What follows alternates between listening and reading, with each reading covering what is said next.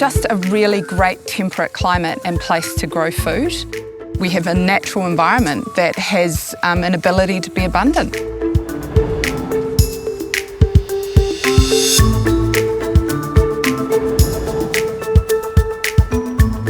We have a continuing escalation of use of food banks. It's just a band-aid. It's not solving the basic problem of people not being able to access food. We were set up as a colony. Somewhere ingrained in that is our culture that says that we send our food away somewhere else. I didn't know there is fresher fish in California for New Zealand than in the shops in New Zealand.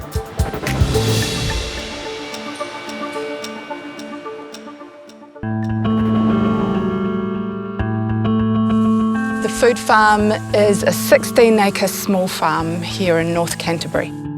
I'm saving some seed for next season. We feed an extended family here. Nadia, Lim, eat your heart out. Hello, beautiful. I'm aware that not everybody has access to land to grow food like we do, but I want to use the food farm as a platform to ask the question about why we don't all have access to food grown this way. I'm Angela Clifford. I'm the leader of Eat New Zealand. Our purpose is to reconnect people to our land and our ocean through our food.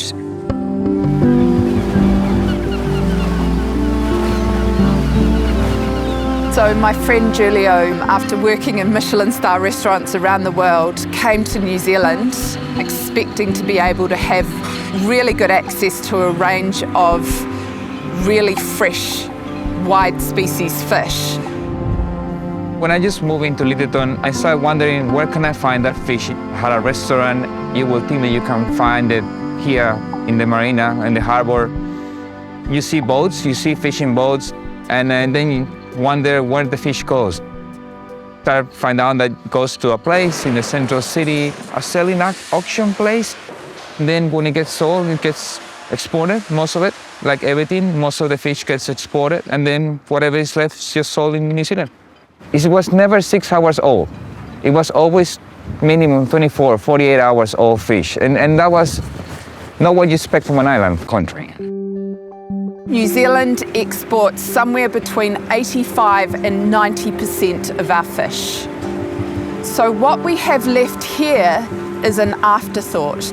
You know, every fish shop in New Zealand has a big poster with 50 different species, you know, all New Zealand fish, and I never see it. Where is scale wings, scampies? Where is octopus sometimes, or super fresh squid?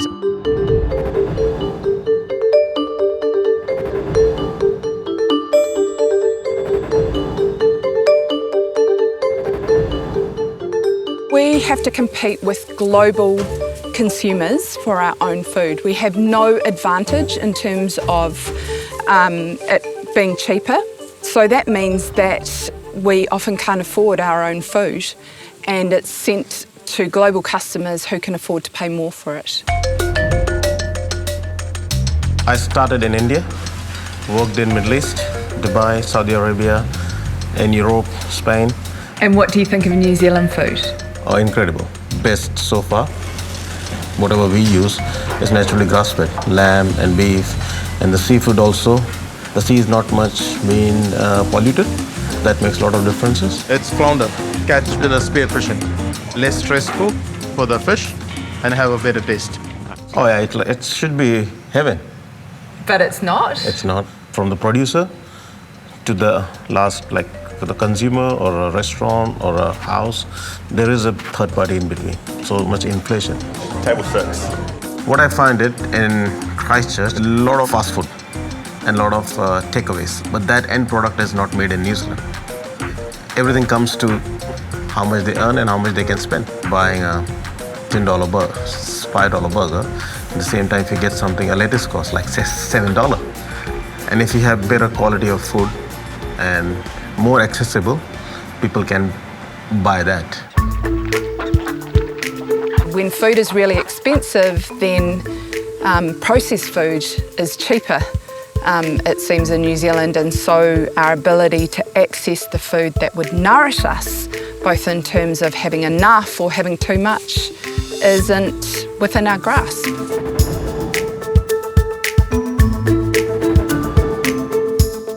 Very few people have a good diet in New Zealand, and that's shown by our high levels of cardiovascular disease, stroke, diabetes, certain cancers.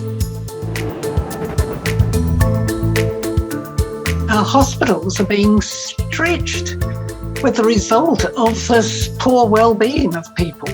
That's why people get sick. A lot of the really good food gets exported, and what we import is rubbish. Hey, piggies. These girls are about 10 to 11 months old. So we're a totally free-range farm. All of our pigs live outside. When they're out eating all sorts of good things, there's lots of good flavours that they distribute in their fat. This is excellent quality pork. I mean, this is how pigs more or less used to be farmed. You know, intensive pig farming is a modern, recent thing. New Zealand imports the majority of the pork that we consume. It's anywhere from 60 to 80%. Why is that?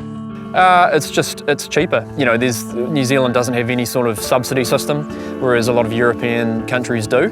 The New Zealand farmer has to adhere to some of the highest animal welfare standards in the world, yet we're importing pork from countries that have significantly lower animal welfare standards and animals that it would be illegal to farm that way here. You don't really know what you're eating. We're importing a lot of the lower grade products. I mean, why do we import kiwi fruit from Italy? We are what we eat. And I think sometimes we get caught up in what we should and shouldn't eat, when what we should get caught up in is how the food we're eating was raised, caught, or made. Can you be a local pig farmer selling your pork to the people down the road because you've killed it here? We are not able to kill the animals on our farm and process them here directly and sell direct to the public. We have to fit in within the regulatory framework of New Zealand, MPI framework, which basically means we need to take our animals to a registered abattoir. The bigger producers in New Zealand, we effectively have to fit into that system, and all of that adds to complexity and cost and makes it hard and expensive for us to do what we're doing. It'd be great if we could, you know, offer the people, you know, farm direct, great quality meat, but it's just at the moment, it just doesn't make sense. The really good food that keeps us well will be found in places like this. When did you pick this? This morning here. Just can't get fresher than directly from the farmer to the eater. They're really starting to become a lot busier. We've worked out that places like this are actually cheaper than long chain distribution like supermarkets. So the more places like these community markets thrive, the more markets there will be, the more community there will be. So you kind of got to get to that tipping point where people see value in this. We live in a country of abundance. First thing to do is return food to us as people, and then we can trade our surplus. We just have to change the system in which it exists to give people better access.